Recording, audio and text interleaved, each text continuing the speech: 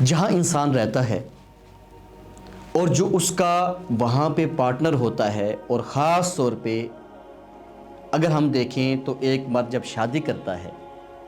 اس کی بیوی اب اس کے ساتھ رہتی ہے، تو ضروری نہیں ہے کہ ہر وقت حالات ایک جیسے ہوں۔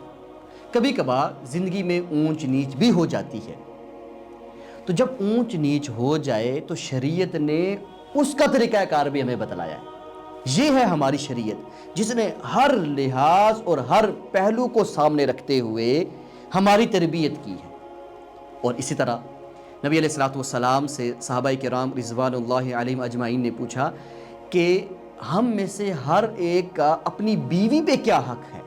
یعنی یہ ایک خاص سیاق چل رہا تھا نا، تو اس سیاق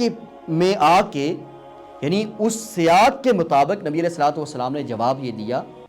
کہ اگر کہ اصلاح کی غرض سے اگر تھوڑی بہت سزا دینی پڑ بھی جائے تو اس کا بھی شریعت نے طریقہ کار بتایا ہے۔ اور وہ کیا طریقہ کار بتایا ہے کہ لا تضرب الوجہ، کہ آپ نے کبھی بھی اپنی بیوی کے چہرے پہ نہیں مارنا۔ یعنی کبھی اگر تعذیباً کوئی سزا دینی ہی پڑ جائے، اور یہ کب ہوتا ہے کہ جب ہر چیز سمجھانے کے بعد بھی اگر بیوی کے اندر کوئی ایسی ایک صفت ہے کہ جو صفت مذمومہ ہے، جس کی اصلاح بھی ضروری ہے، اور اگر سمجھانے کے باوجود اور ہر طرح کی حکمت اپنانے کے باوجود بھی اگر اس کی اصلاح نہیں ہو رہی، تو پھر شریعت نے تھوڑا بہت تادیبی سزا کا حق بھی خامد کو دیا ہے، لیکن اس کے بھی کچھ خاص لمٹ ہے کہ آپ اس لمٹ کو کراس نہیں کر سکتے۔ اور اس میں کیا ہے کہ لا تضرب الوجہ، کہ اگر آپ نے کوئی تعذیبی سزا دینی بھی ہے تو آپ نے بیوی کے چہرے پہ نہیں مارنا۔ ولا تقبح، اور اس کو برا بلا بھی نہیں کہنا، آپ اس طرح ہو، آپ اس طرح ہو، آپ اس طرح ہو، اور اس کی خامیاں گننا شروع کر دیں، یہ بات بھی نہیں ہے۔ ٹھیک ہے، وقتی طور پہ اگر کوئی اونچ نیچ ہے تو اس کا مطلب یہ تو نہیں ہے کہ اس بیچارے کی ساری خامیاں اس کے سامنے آپ ڈھیر کر دیں۔